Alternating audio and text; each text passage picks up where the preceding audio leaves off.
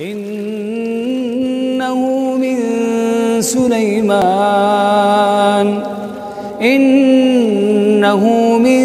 سليمان وإنه بسم الله الرحمن الرحيم. ألا تعلوا علي وأتوني مسلمين. قالت يا أيها الملأ أفتوني في أمري ما كنت قاطعة أمرا حتى تشهدون. قالوا نحن أولو قوة وأولو بأس شديد والأمر إليك فانظري ماذا تأمرين. قالت إن الملوك إذا دخلوا قرية أفسدوها وجعلوا أعزة أهلها أذلة وكذلك يفعلون. وإني مرسلة إليهم بهدية فناظرة بما يرجع المرسلون. فلما جاء سليمان قال أتمدونني بمال فما آتاني الله خير مما آتاكم بل أنتم بهديتكم تفرحون. ارجع إليهم فلنأتينهم بجنود لا قبل لهم بها ولنخرجنهم منها أذلة وهم صاغرون. قال يا أيها الملأ أيكم يأتيني بعرشها قبل أن يأتوني مسلمين.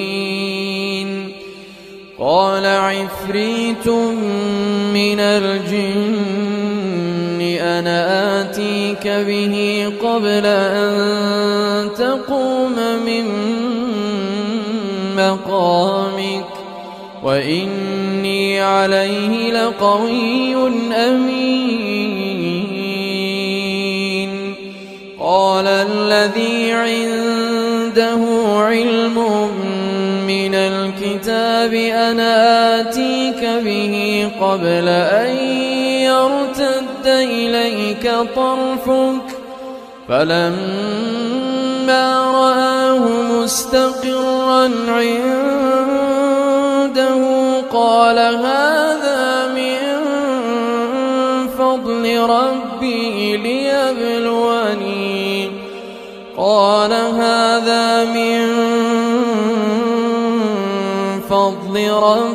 ليبلوني أأشكر أم أكفر ومن شكر فإنما يشكر لنفسه ومن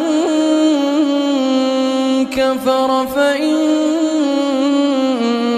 ربي غني كريم. قال نكروا لها عرشها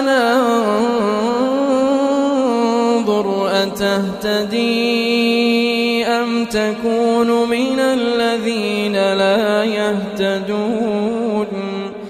فلما جاءت قيل هكذا عرشك قالت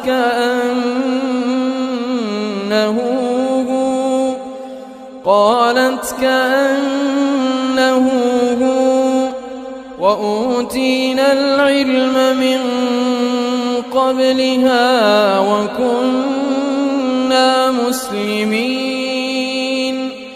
وصدها ما كانت تعبد من دون الله إنها كانت من قوم كافرين قيل لها ادخل الصرح فلما رأته حسبته لجة وكشفت عن ساقيها قال إنه صرح ممرد من قوارير قالت رب إني ظلمت نفسي وأسلمت